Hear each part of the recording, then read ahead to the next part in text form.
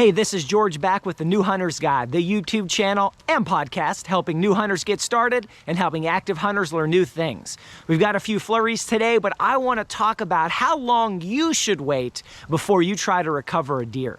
Now, I'm not covering my own opinion today. I've done research into this subject and I've talked to two very different groups of people and have two very different sets of opinions on this subject. On one hand, I have talked to trophy hunters. Now, these folks may not necessarily say they're trophy hunters, but if your taxidermy budget every year is bigger than my entire hunting budget, then I'm going to put you in that category. And these are folks that make their living in part or whole somehow in the hunting industry.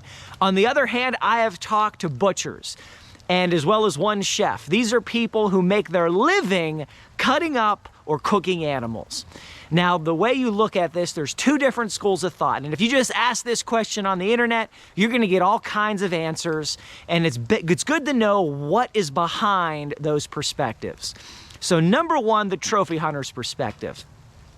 From what I've gathered, the recommendation here is to wait somewhere between 2 to 4 hours before you begin to track a deer. The reason behind that is different shots will kill deer in different amounts of time. A perfect shot, double lung or through the heart or some other major vital organ or artery can put a deer down in seconds, not hours. But many other shots that are not ideal, say you get a liver shot, say you have a one lung shot or a gut shot, and depending on where that shot is in the guts, you can be talking about anywhere between an hour to 6 hours to even a day for that deer to expire. Now, the idea here is from the trophy hunter's perspective is to recover as many deer as possible, because you're not shooting a deer unless the antlers on that thing are outstanding, and you do not want to risk losing that animal at any cost, which is a great perspective. I have nothing against either of these two perspectives. I just want to break them down for you. And the thought there is a mortally wounded deer will tend to not run very far because they don't usually know what hit them. They just know something has hurt them. They may run somewhere between 50 and 150 yards, could be further, and they're going to look for cover and then bed down and eventually expire. They might expire in seconds, or if it's a poor shot, could be hours, could even be a day, depending on all number of factors. So the trophy hunter wants to wait, back out, come back later, and not risk losing that deer. Because if you spook that deer, if it's not dead and you walk up on it and it runs, that deer could run for half a mile or more, leave little or no blood trail, possibly cross multiple properties. You may just not even be able to find the trail to attempt to recover that deer, even though it would sadly expire later. So that is that perspective, that side of the coin. The other side of the coin is the butcher's perspective. Now, the butcher is all about how do I get the best meat possible, the highest quality, best flavor, what's going to taste the best, what's going to be the safest. That's the angle that they're coming from. And the butcher school of thought is to have that animal field dressed within 30 to 60 minutes. That's the goal. Not just to begin looking, but to recover and field dress that animal to get the guts out of it within an hour of when it dies. Now, I will say that there's no one in that camp that I've spoken with who, if they knew they had a poor shot on the animal, wouldn't wait. All right, if they knew it was a bad shot, they're going to give it extra time in order to expire.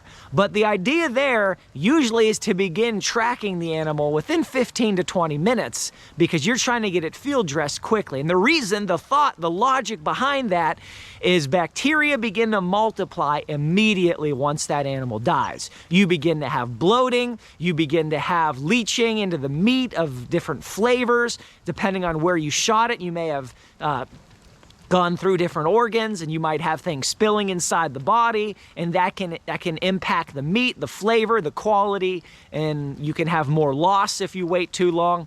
So while the trophy hunter might easily wait overnight to recover a deer, the butcher or the chef are often going to go in much sooner, especially if they're confident that the shot was good, and then they're going to try to recover that deer and drag that deer out as quickly as they possibly can and get that thing into the freezer, get that thing into a cooler. The idea being you want that deer within 34 degrees as fast as you can get it out of the woods and let it let it rest, give it some time in order to break down and go through rigor mortis and all those things under controlled refrigeration so you can have the highest quality meat possible. Now guys, these are different perspectives, they're different points of view. I am not taking either side necessarily. Which one is best for you is up to you, your situation, how you see it, what you think your shot placement was. I will say this, if you go in within 15 to 20 minutes every time, you are going to jump and spook and lose more animals than if you were to wait 12 to 24 hours. It's just a fact that's going to happen. However, the quality of the meat of the animals that you recover quickly is going to be significantly better than ones that you let sit for 12 to 24 hours. So there's a balancing game. Which one is best, to recover the animal or to be able to eat the most and have the best quality of animal that you recover?